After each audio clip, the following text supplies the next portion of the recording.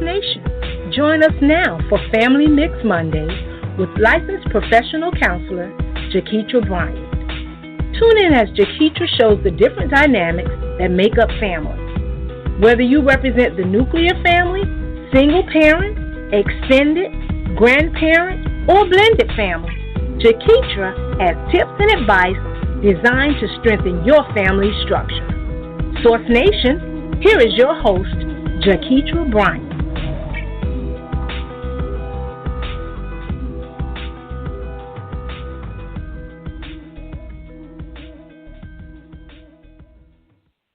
Good evening, Source Nation. I am your host, Jaketra Bryant, and I want to welcome you to Family Mix Mondays, which is a show where we talk about all things from breaking cycles within our families with communication, sexual abuse, parenting with school and getting involved, and so many more topics.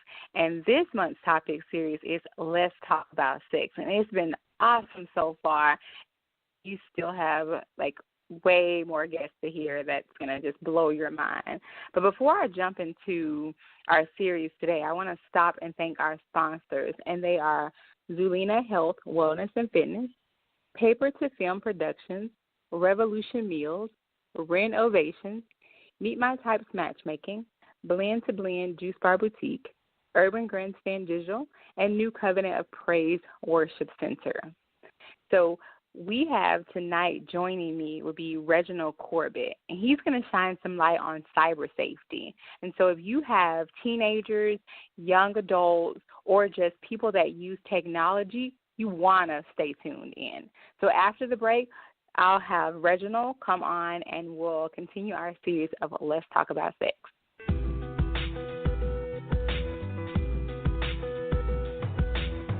Source Nation, stay tuned.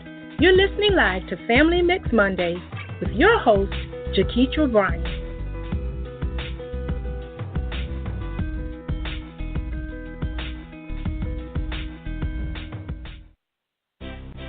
Source Radio Network is just one of the many platforms that is used to fulfill dreams of our listeners and create a purpose that will impact the lives of our communities, cities, and the world. It is often said that great things will happen when a group of driven people work together to accomplish one goal. We're giving people the opportunity to have a voice, translate words that haven't been heard, and paint pictures that no one has seen. Source Radio Network is fueling your life's purpose. How can you listen? www.blogtalkradio.com/Source Radio.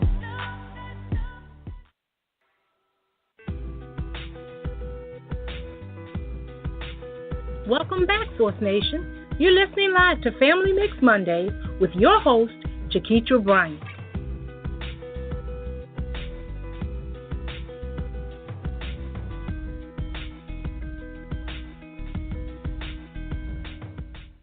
Welcome back, Source Nation. Again, I'm your host, Jaketra Bryant, and you're listening live to Family Mix Mondays. So as I stated before the break, tonight's topic is Let's Talk About Sex, but the highlight of it is cyber safety. We're going to cover so much, you all, so I can't wait to get this discussion started. We are going to be talking about sexual abuse to social media with images, to predators. Sky's the limit. So be sure to be tuning in. But before we kick that off, let me start by introducing our guest, Reginald Corbitt. Reginald is the founder of Safe Cyber, whose mission is to educate and promote cyber awareness to schools, community organizations, parents, and caretakers of youth.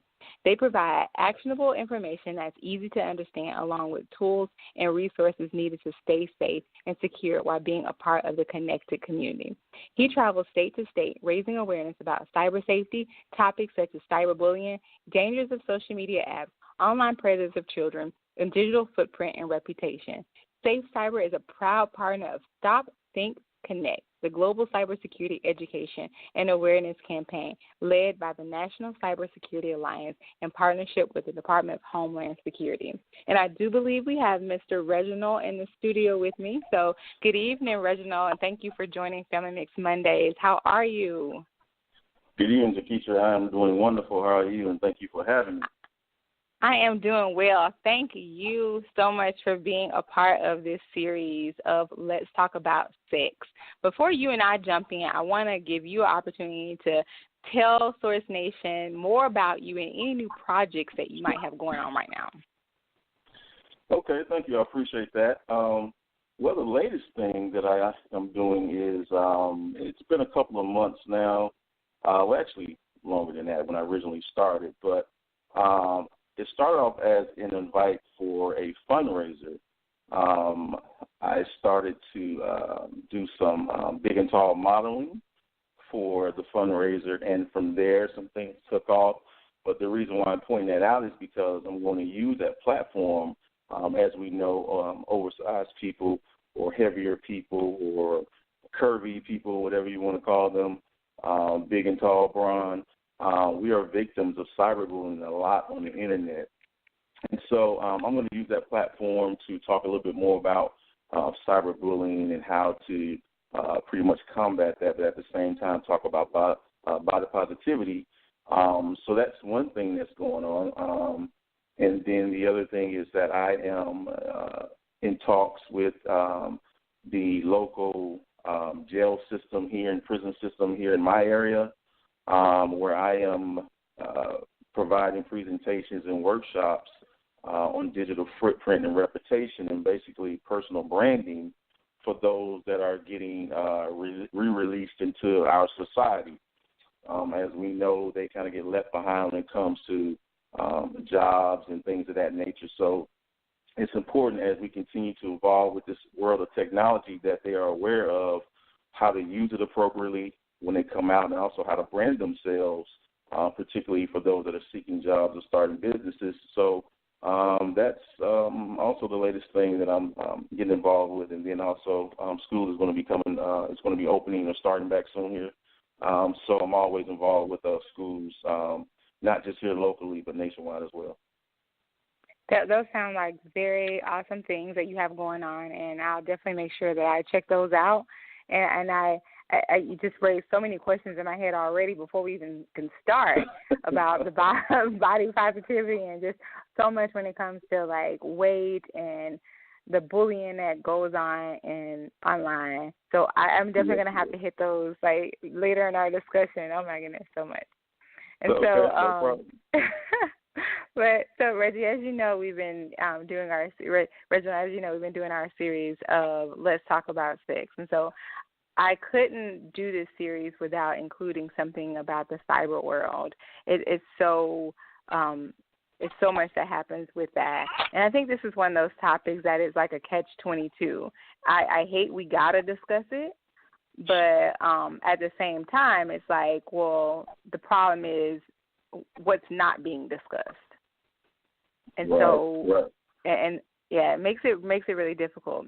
So with that being said, with the area that you're in of your expertise, where you challenge technology pretty much, what are some of the common resistance that you get from parents about this quote unquote cyber safety? Well, I think the number one thing that I usually get is that it's not my child. My child will not be involved in something like that online. I know what my child is doing on their device at all times because I check it constantly. So I usually get that sort of in the beginning of a presentation. But then after the presentation, I get a lot of like, wow, I had no idea, you know. And then I get some parents who are like, well, you know what, I need to change some things on my device in order to keep myself safe and secure. So, you know, some parents feel like they have no control, so they don't deal with it because they want to deal without the frustration, you know, because it really is becoming the main reason for conflict in the homes now. That device, being online, being constantly connected, our children being constantly connected, and the desire to be constantly connected online. And then on the other hand, you have a parent who is online just as much as the child. So there really isn't any concern because, you know, it's almost like the pot calling the kettle black in some situations. So they're really not concerned for the child's safety or concerned about the usage or the proper device management as well when it comes to their children. I think that's a really good point you raised, just about they're online just as much. And you're right, technology has taken things far from where everything is technology-based, from online banking to, like, the social media side, which we'll discuss later, but everything it really is online. And so I think that's a really good point about just the fact that they may be just too preoccupied with what's the latest going on there. You find that makes your job pretty difficult to, like, kind of come in and just explain that, hey, y'all, there's more than meets the eye pretty much with this world? No, it doesn't really make it difficult, because I kind of go into it with that mindset that I am going to have the resistance. So therefore, I make sure that I'm very I speak intelligently to exactly the information that I'm giving, making sure that I'm sharing the knowledge. And usually when I, talk about my own personal story, the reason why I started Safe Cyber was because of my own, who's now 16-year-old daughter, but she was 13 at the time. And I had discovered my background is in physical security investigations and personal protection. And as a father in that background, I would give her information about being safe in the physical world, in the real world. Like when you go to the mall, make sure you stay at the mall. Don't talk to strangers at the mall. When you go out with your friends, make sure you're aware of your surroundings. Make sure you look for the exits. And so to discover that she was having conversations with people online that she didn't know and that I didn't know, it greatly concerned me. And as a father, I kind of felt like I failed her, because all of this time there was another security risk, shall we say, that was involved. And so I pretty much resigned from what I was doing at the time, and I started Safe Cyber as an informational site in order to inform teenagers like herself, and then also to inform parents like myself, because I knew that I wasn't the only parent that would be concerned about this once they found out. So, I give my personal story, and that seems to really kind of open the door to say, oh, this guy's not just out here doing this just to get paid, although that's great, and I love to get paid doing it, but it's a personal investment for me, especially when it comes to children. I think those are the ones that are, like, the most heartfelt and successful, in my view, when there is some story or some testimony behind it. And so I know that I have a little 9-year-old, and he just now is tapping into video games. Like, he's into this gamer, like Dan TDM, and he's, like, so heavy into that. And I had to do a lot of research to figure out, like, who was this guy that he is so obsessed with, like, watching, and figure out, like, what parental blocks I need to get on. But you're right, there's so much that goes into it. And I have to admit, the only education that I had prior to just even really looking into more stuff as my son is getting older is shows like SVU, Law and Order, or Criminal Minds, or Criminal Minds, where they are, like, literally catching these particular predators or catching these people that are preying on young teenage girls more heavily than young teenage boys. And that's all the education I had. And so I'm so thankful for just companies like yourself and just fathers like you that are like, no, let me dig into this even more. Awesome. Right. Awesome. Yeah, and, and the show like To Catch a Predator, that came out, I think maybe 15 years ago, when they first started doing that show. And, we just had no idea that it would really get all the way come to this point to where we had in life, where that show should actually come back on. But I think we kind of viewed it as almost like entertainment, because we would see the guys get caught in the house, and the news, I can't think of the news reporter's name, but he would, catch them and talk to them and say, hey, why are you talking to these teenage kids? And then the guys would try to run out the house, and the police would catch them. But it is really, really real. It's a real situation. It happens on a regular basis when it comes to young girls and boys as well. The Internet is now the new medium for things like sex trafficking, human trafficking, No longer do the sexual predators have to roam the parks and the neighborhoods preying on our children. They can do it all in the comfort of their home, and they can prey on one child at more than one child at a time. So it is a very, very it's growing on a daily basis. I just saw something last week where California did a sting operation, and they arrested over 100 predators, and it really has no geographic, demographic boundary. There were teachers, there were policemen, there were people who work for the state. A lot of people were caught and arrested. So it really just has no demographic, of persons, because there's so many people that are into this. Yeah, and that's so it. Like I said, like earlier, it's like that catch-22. It's like I hate that this has to be a topic that we're discussing, where we're educating people, because we are moving. We're an economy that is moving to so much technology, where there's so many different avenues that we'll be using it. And so to have to educate people about the sneaky parts of it, or the parts that are actually harmful, and yet it's growing. So like we're competing against something that's going to keep growing. And so it's really a catch-22, so it's hard. And so I was wondering that, with that being said, so we have these parents who possibly may reject the idea of talking about a safety aspect of it when it comes to just, I guess, the basics of like bullying, just the education. And so how do you handle that part of it when you do have those particular parents who are just like, no, my kid's okay, they're online and I know what they're doing, they're just on Facebook or Snapchat, and they reject the idea that there's actually something more deeper that goes into this cyber world? So how do you respond to that? Well, I have been receiving that response for over a couple of years since I've been doing this, and so that has caused me to want to write a book, and the book is expected to be finished at the end of this year.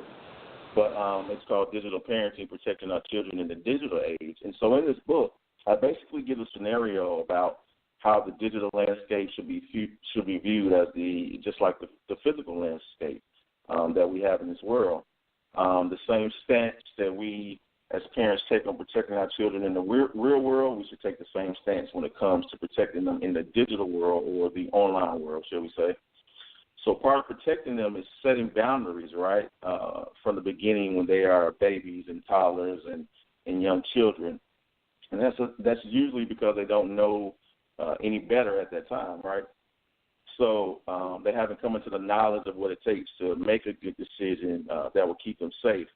So I talk about the first time you let your child go outside to play, right? You let them go outside to discover the world a little bit.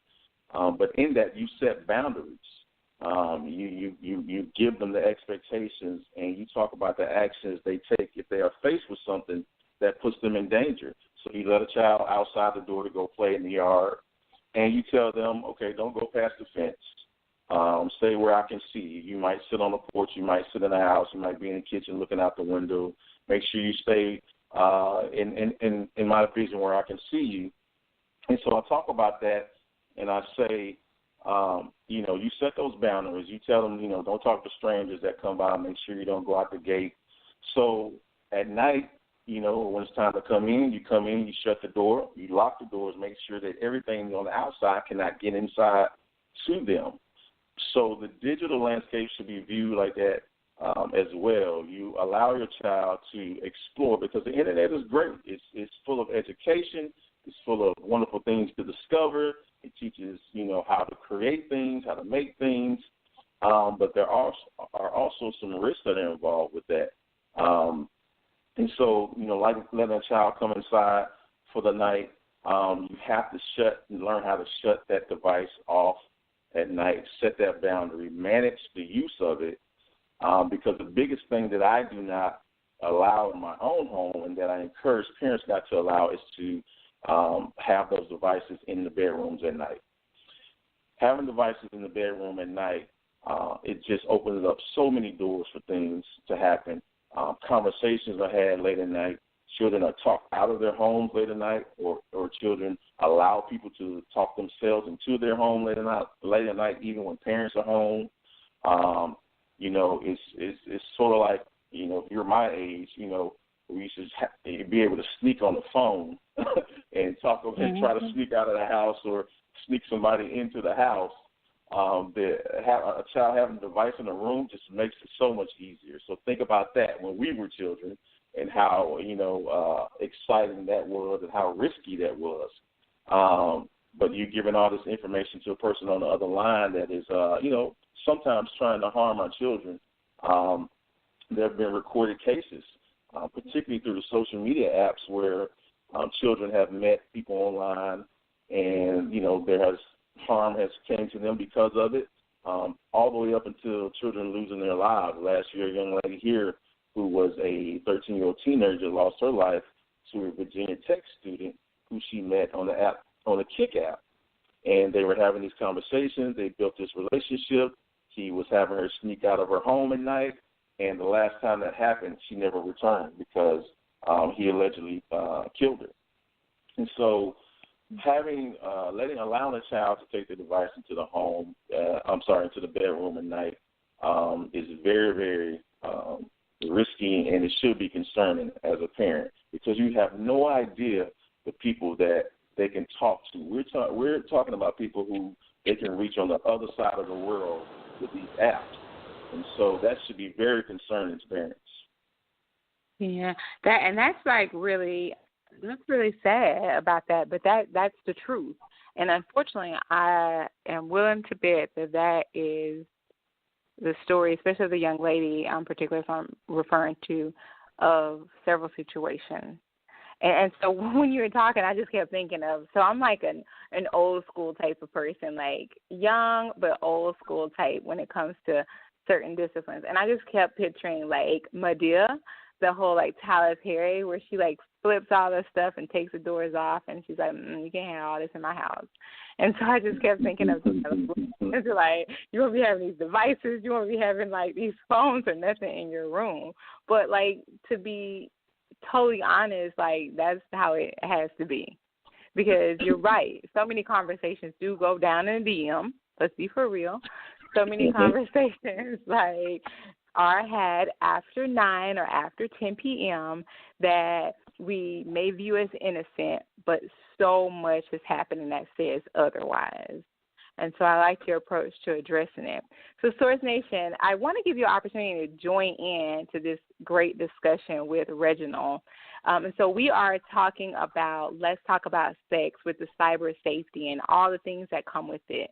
So if you would like to ask Reginald a question, the number to dial in is 619-924-0933. That's 619-924-0933, and press option 1, and we'll be glad to take your call. So, Reginald, I wanted to give us the opportunity to do just that. Let's talk about sex. So talking about that part of the cyber world that has that people luring children in and what all that comes with. And so I was wondering if you've seen many cases of that in your field with sexual crimes happening and relationships being formed within the cyber world.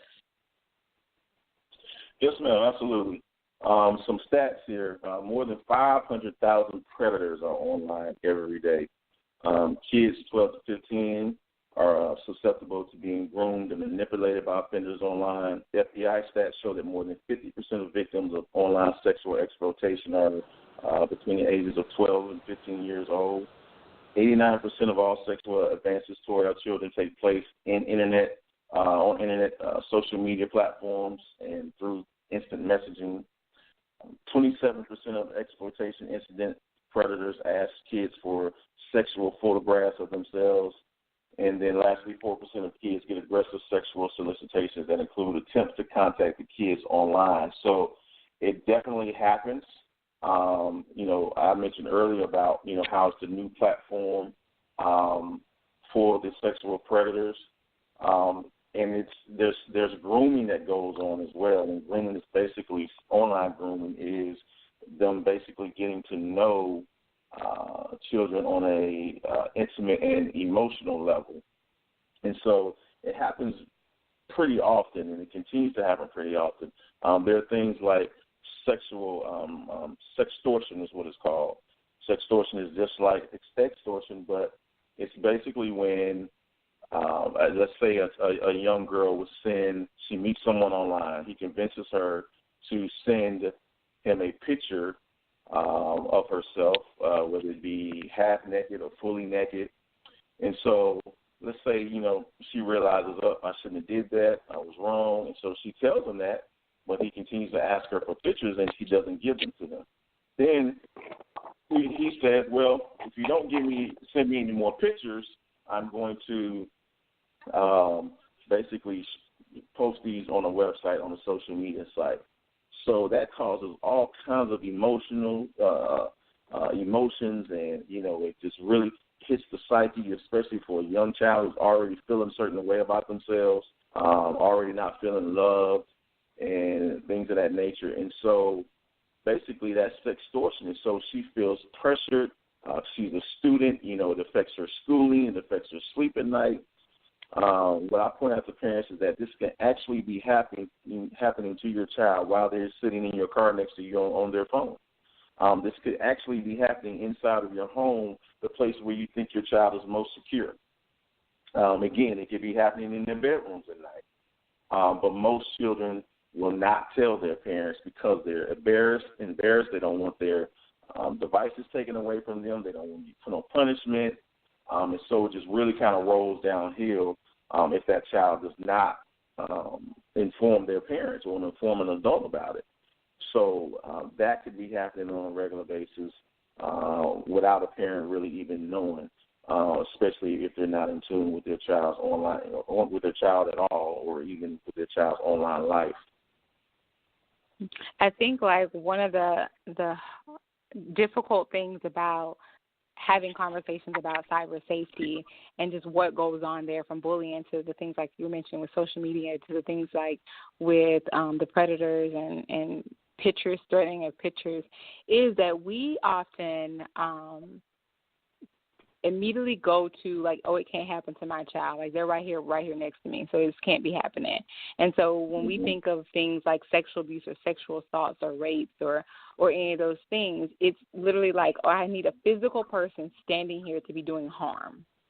And unless we can provide this evidence and all that, I think it goes out the window. And so I think like you raise a really great point about like they can be sitting right next to you and this can actually be going on. Correct. Yep, absolutely. And it's the more time that a child is on that device, is the more they are exposed to the internet, is the more risk that is involved that it could happen. Especially if you do not have device management, if you don't practice device management, in your home, and particularly for the children who are going through things, who are reaching out for attention, who are reaching out to be loved, who are reaching out in places that they don't get from home or in family situations. They are definitely higher risk. Do you think there is a higher number of girls, teenage girls, or I guess we'll go with the tween type of age, girls and up, than it is boys who are being lured into these relationships in this world of like a body, like a from photographs, like bullying? Do you think it's higher in women or girls?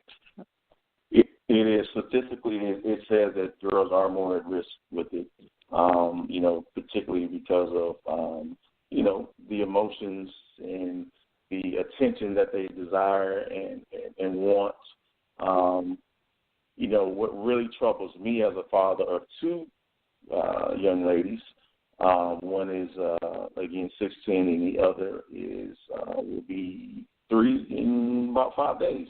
It greatly concerns me, especially for the young one, what the future is going to look like for her with this whole internet and social media. But even now, as we see the power of influence on the internet, how it influences things from cultures, and whether it's clothing, whether it's music, whether it's money, it has such a big influence on how a woman views themselves. Not just women, but since we're talking about young girls, particularly them, but it has such an influence on them and how when they see other girls online who are getting this attention because of how they look. And I think that's one of the, there's something that we will get into later, but it's definitely troubling for me as a father of young girls when it comes to that, how the internet has such an influence or can have such an influence on the young girls. And, that's our role and our job as a parent, I believe, is to be the bigger influences. They will have other influences that come in, but it's our job to try to be the bigger influence as much as possible. I agree. And you're right. Like that's like so dead on about like this image thing. And it's just it's so out there. Even now, and I remember my son, and he's like a 9-year-old, and I remember him one time somebody came home. It wasn't even online. It was something that Soul was like, what? So far left. He was like, this kid said my hairline was, not right. I was like, what? You're in 3rd grade. What does either one of y'all know about how to do a hairline? I'm almost positive nobody does right there. And so he immediately, came and looked in the mirror more. He immediately was, wanting to make sure he told the barber the next time how to cut his hair. And I was like, oh, no, we're not doing that. We're not. And so I had to, just go and nip that in the bud because I was just like, whoa. That is how things start. You plant this little small seed and you say this person is curvy or this person is too curvy or this person is slim or this person is too large or too tall or however. And then you're right, the preying on that person whenever they do get on the internet begins to start. And so I was wondering, with all that happening, even with your experience with your girls, what should our teens and our tweens, the little 12, 13-year-olds and up, know about how they're targeted when it comes to these, conversations happening online? Well, they look for the most vulnerable kids and tweens. Those that are posting things like, my parents made me so mad they won't let me go to the Beyonce concert. I wish I had some tickets. And so, for a predator, that's a flag for him or her, and that will let them know that, here it is, a young person who really, really wants to do something really bad. So let me insert myself here and introduce myself to them and reach out to them. And sometimes, they don't do it as themselves. They do it as, they'll create this fake profile as another young person who, let's say, maybe lives in the same area, especially if the teen has a profile that's not private or a page that's not private. They'll study that page and they'll get information from that.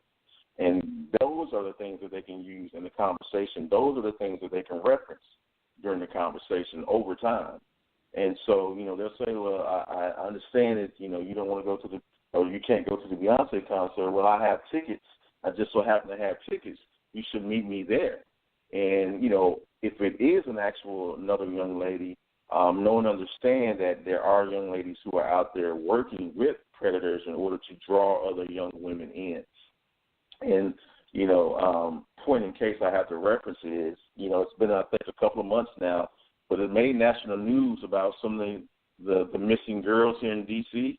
What wasn't really brought to the attention of the world was that part of the situation was that these young girls were actually leaving home and leaving their places of residence on their own because they were being influenced by someone on the internet. They were being groomed. They were offered things like money and quote-unquote freedom to do what they want to do. They were offered gifts as well. And so a lot of them didn't necessarily they weren't necessarily, not saying that there wasn't any that didn't get kidnapped or that it doesn't happen, but after a while, some of them began to show back up, and they admitted that this is what occurred. They met someone online who offered them these things, who lured them out of their homes, and basically told them that they would have a better life, and they would have these material things, and they would have this money and never have to worry about anything. And so those are the types of things that teens should be aware of when a person who reaches out to them and starts a conversation with them. What are their intentions? But, I have to go back to the parents, because as parents, we wouldn't let, if we took our kids out, let's say to the park or public, we wouldn't let just anybody walk up to them and start talking to them and start getting information out of them, right? So we have to make that take that same stance when it comes to protecting our children in the digital world as well. You have to be cautious about, of course, social media is what it is. Social media is everything social. It's all things social. But there are reasons that it should be managed, especially when it comes to children. If you are a parent who is allowing a child that is not 13 years of age, like some of these requirements are, to even be on social media, if you're allowing a child to create a profile at the age of 9 and 10, you're kind of contributing to this whole situation. You're contributing to that risk. Again, those are the parents who be like, it's no big deal. They're just having fun. And that's exactly, the mindset of some parents who would give these devices to their children for birthday, for Christmas, or whatever the case may be. They're just going to be having fun playing games. It is now the babysitter of today's age, having young children. There are times where I have felt the need to give them a phone or a tablet and let them sit in the corner and just, keep themselves busy just so I can get some work done. But as a parent, I'm also responsible for the outcome in their future, because they're now saying that these, they're not labeling it medically, but they're saying that these devices are addictive, and you can tell that when you take a device away from a child. We can tell that when an adult loses their phone, that these devices are addictive. So, it's some truth in that. But yeah, so, basically the teens need to look out for people who are trying to engage in conversation with them, and what's the reason that they're trying to engage in conversation with them. But parents, the way that they can intervene is, monitoring, being involved in their child's life. It goes back to basic parenting skills, is what I usually end with my presentation, saying, this is really all about going back to basic parenting skills, knowing your child, knowing what they're involved with and who they're talking to. I think those are like some really good points about it, and you're right. I'm even guilty of being like, Christian, like what's my son's name, like Christian, like go sit over here and just be quiet for a moment, and I have a meeting. And I have to watch that. Like I said, like once he started getting into this gamer, I was like, whoa, who's this? Who's this person? Mm-hmm. And it's an adult. Like, you're like an adult. And so you're absolutely right. I remember since the topic is centered around like sex, sexuality, and just kind of just the things that are centered in this piece, I remember one time I had to like restrict him from his iPad because like whatever he had YouTube on, just voice talking Spider-Man, because like he wasn't typing in, and he just like voice talk, Spider-Man. And so it came up with some pregnant Spider-Woman and another Spider-Man, and they were like laying in the bed together. And so like luckily like you didn't see anything happen, but you saw her come out with a belly. Mm-hmm. And so I was like, whoa, no. And I was like, what in the world? Where did you research and find it? And since they're in animation, they were in color, and they're looking like the regular cartoon. He's just watching away. And so I was like, no, this is not okay, and this is not appropriate. And I had to just have even more discussion with him centered around, like, the types of things he may Google and watch, and that I needed to YouTube and type it in first, because some of it because he's like, his vocabulary is small. He's only an elementary student. He may his voice say something, but the word porn can come up. And you're just talking in it. And so much I think I've voice talked in my phone, and they clowns or some random, and like, whoa, it's not what I just typed in.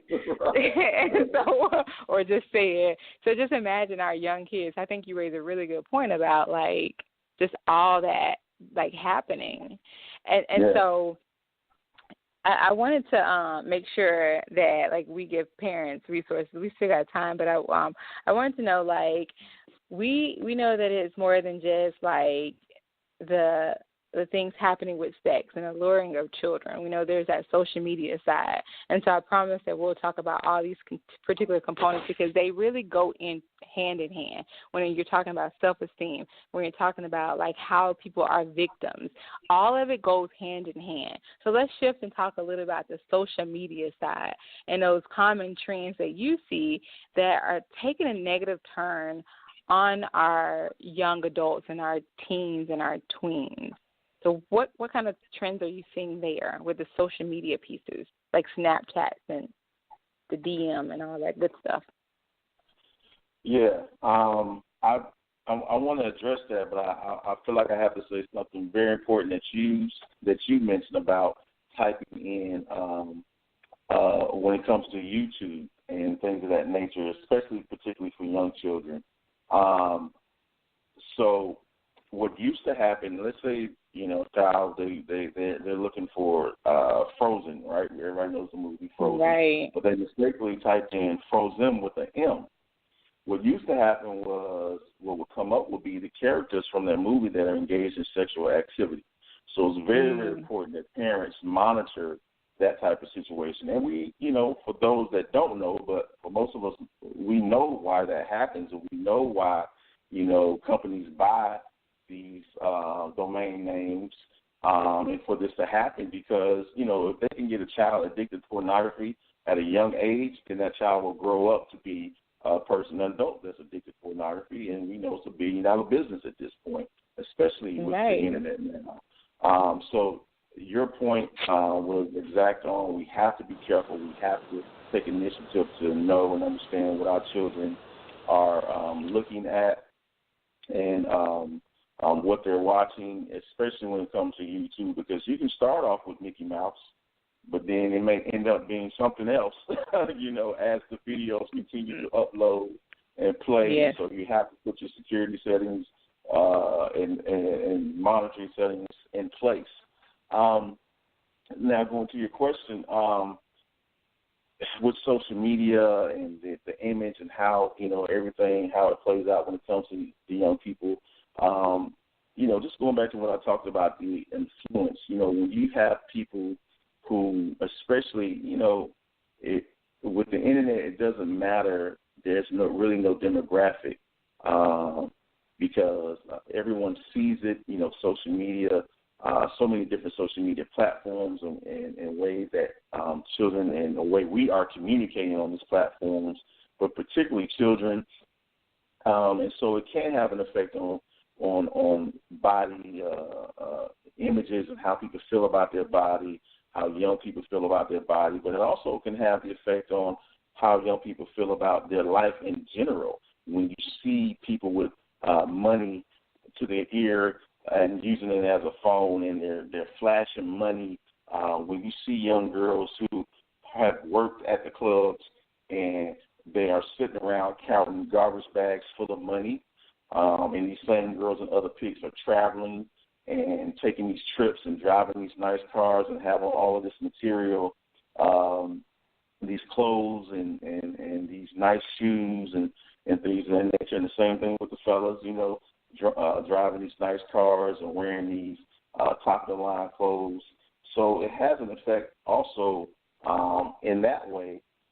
But then, we get into the side of where, we're kind of in an age where everybody is, who let's say is not the norm or doesn't fit the norm, does see themselves as being beautiful and, regardless of if they are overweight, regardless of if they are have something that's wrong with their skin or a pimple or anything like that. We're seeing a lot of people who are expressing themselves about being positive about themselves. But then you have the people who will come along and just, who don't love themselves, who just for the fun of it will create these fake profiles just so they can get some really, really harsh words and things off their chest just to really rev up people and get under people's skin and just use this, social media platforms as rooms of for entertainment purposes. And so, for what I do give social media the, shall we say, congratulate them on is the fact that it has allowed for the body positive movement to really gain some momentum when it comes to curvy and big and tall and things of that nature. It has really allowed for the community to grow because, it expands to other people in other cities and things of that nature. And so there is some good for it when it is used for good. But, you have to understand that there's a risk that, you will be talked about. Everyone is not going to like you. Everyone is not going to love what you're doing, whether that's about body positivity or about a business or anything that you're doing, anything in the community. We saw how with the election, the last election, how it played a really, really big role in what people were saying and wanted to get off their chest and how they was feeling. People lost their jobs behind it. People lost relationships behind it. Families were separated because of it.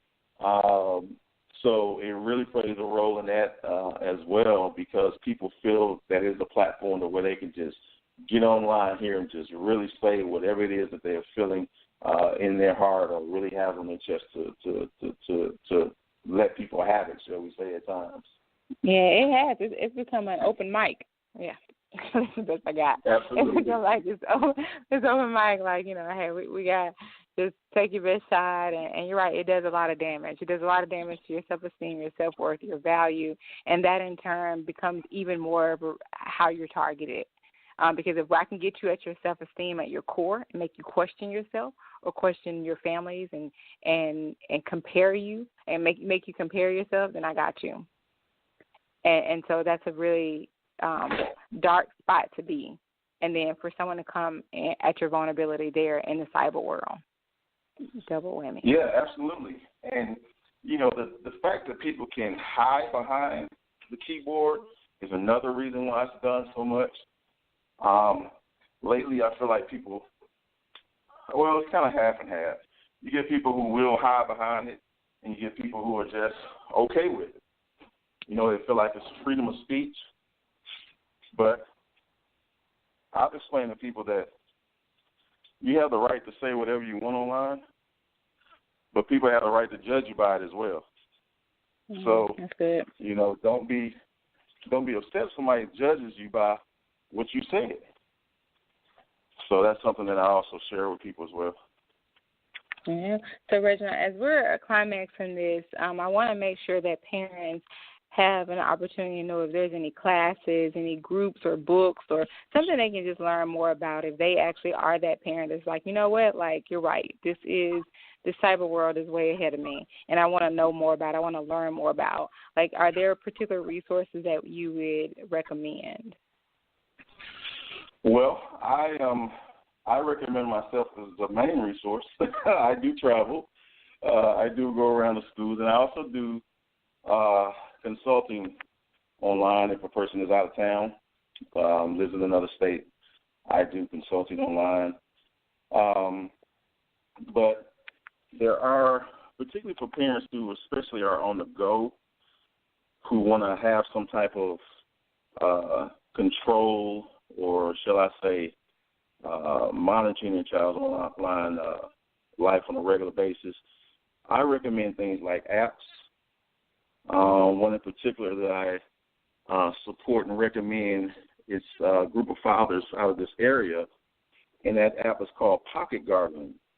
And Pocket Guardian basically allows a parent to monitor their child's online activity from a standpoint of if there's certain words, let's say someone is getting cyberbullied, or even if your child might be sexting or receiving sexting messages, it will alert the parent, as sort of like a flag saying, hey, these are some words that were used in the conversation, so you might want to check in on your child and see what's going on with their life.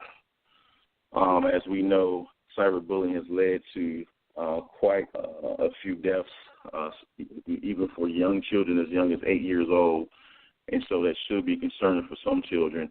And it happens a lot, especially with the age of filming fights and getting uploaded and, children being embarrassed by that and all the world to see. And so that can have an effect on a child. And so Pocket Guardian will alert a parent, but at the same time would allow their child to kind of have a little privacy, allow them to grow and navigate life and, be social, but just, really alert parents if there are some concerns. And then as far as any book resources, the other thing I do is I offer workshops and, like I said, presentations. I can conduct a presentation online as well for those that live out of town who don't want to fly me in. And I do consultations online as well for families. So, Reginald, what is your information? So, what's your email and your phone number so they can actually take those opportunities up? Okay. So they can reach me at safecyberedu.com. I have a information sheet that they can fill out, and then I can contact them from there. Or they can reach me on my personal website, which is Reginald S. Corbitt, CORBITT.com as well. And so I do have partnerships and relationships with other people in other areas to where if I'm not able to get to them, then I can reach out to some other partners who are doing the same thing that I'm doing. Some of my fathers and and mothers in the community as well, and I can send them out instead of me coming out. Oh, it's so great. So thank you, Reggie. We have unfortunately run out of time, and I wanted to ask more. So I definitely will most likely do a part 2 to have you talk more about the Stop Think and Connect. But I definitely wanted to make sure you got that information out so our Source Nation family can get in touch with you and get more information about how you can assist them.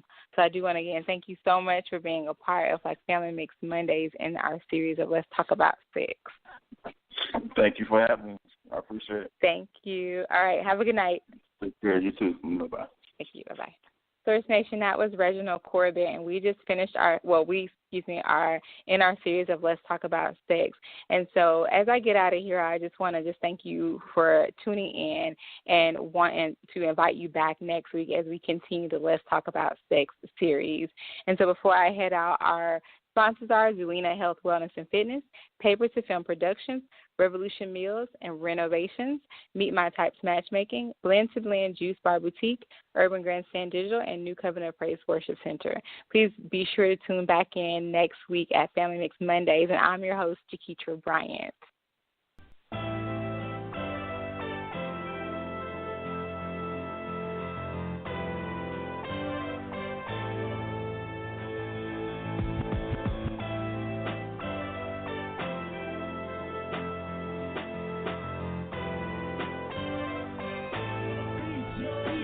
Get at me for beats, y'all.